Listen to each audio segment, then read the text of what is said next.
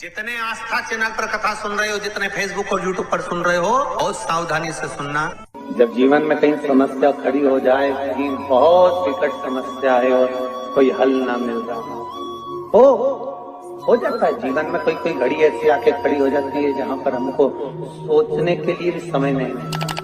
तब शिव महापुराण की कथा वर्णन करती है, शुक्रवार के दिन अगर शंकर के मंदिर में जल चढ़ाया जाए तो नारी का अखंड सौभाग्य होता है।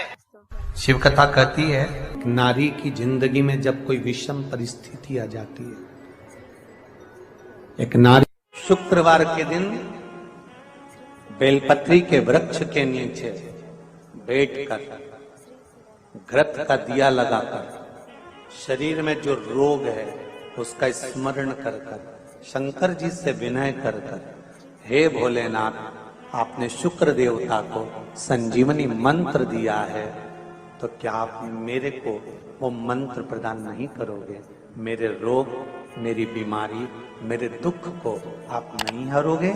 शिव से कहो, ये शरीर आपने दिया है और भजन करने के लिए दिया है, स्मरण करने के लिए दिया है, कीर्तन करने के लिए दिया है, तो संभालोगे भी आप। और बेलपत्री की ओर मुख कर कर घी का दिया लगाकर महामृत्युंजय मंत्र का स्मरण कर लेने पर धीरे धीरे धीरे धीरे धीरे धीरे वो रोग समाप्ति की ओर आता चले जाता।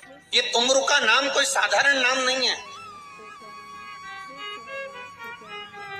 पंच बेलपत्र, पंच पुष्प, पंच दुर्वा और पंच पात्र जल,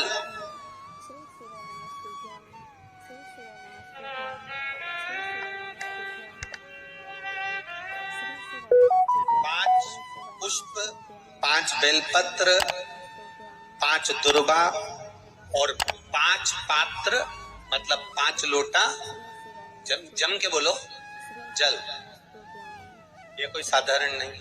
पंच बेलपत्र के साथ, पंच पुष्प के साथ, पंच दुर्वा के साथ, पंच पात्र जल के साथ, ये सहजता नहीं है।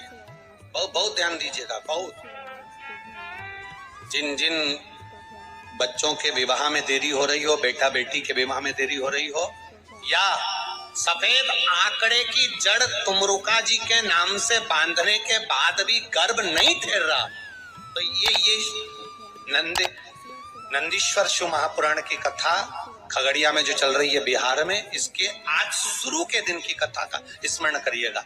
5 बेलपत्र, 5 दुर्वा, 5 पुष्प और 5 लोटा जल।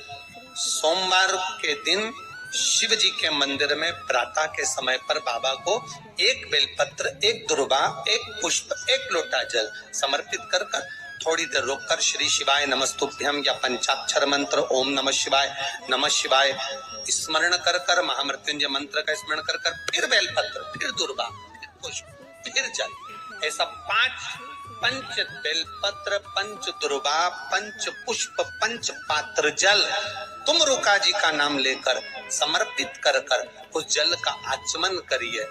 5 सोमवार या 7 सोमवार करिए, बाबा गर्भ अवश्य ठहराएगा और संतान अवश्य हो। तुमरुका जी के नाम का स्मरण ही जीव का आनंद दे जाता है। बोल तुमरुकेश्वर महादेव की, नंदीश्वर महादेव की। शिवाय नमस्तुभ्यम। एक प्रश्न आपके भीतर, शिव महापुराण की कथा कहती है, विदेश्वर संहिता कहती है कि 1 लोटा जल जब हम महादेव को चढ़ाते हैं, शिव जी को समर्पित करते हैं, तो उसमें से 1 अंश पितरों के पास चले गया, 1 अंश पूर्वजों के पास चले गया, 1 अंश वास्तुशास्त्र के वास्तु के देवता के पास चले गया, 1 अंश नारायण के पास चले गया, 1 अंश ब्रह्मा जी के पास चले गया, 1 अंश इंद्र के पास चले गया। विदेश्वर संहिता कहती है कि शंकर जी पर समर्पित जल के 33 कोटि देवी देवताओं के हिस्से हो जाते हैं केवल 1 लोटे जल में से, 1 लोटा जल में से 33 कोटि देवताओं के हिस्से हो जाते हैं 1 लोटा जल में से। अब आपसे प्रश्न ये है, जब से शिव महापुराण की कथा टीवी पर चालू हुई, जब से शिव महापुराण की कथा भारत के लोगों ने, विश्व के लोगों ने सुनना प्रारंभ करा, जब से शिव महापुराण की कथा लोग श्रवण करना प्रारंभ करे, सुनना प्रारंभ करे, तब से आज तक और उसके पहले का समय निकाल कर देखना। पहले जब आप किसी को पत्रिका दिखाते थे, हाथ दिखाते थे, तो लोग कहते थे कि पितृदोष है। बोलते थे कि नहीं बोलते थे? लोग कहते थे वास्तु दोष है, लोग कहते थे काल सर्प दोष है, इसका पूजन कराओ, पितृदोष का पूजन कराओ, काल सर्प दोष का पूजन कराओ, वास्तु दोष को सही कराओ।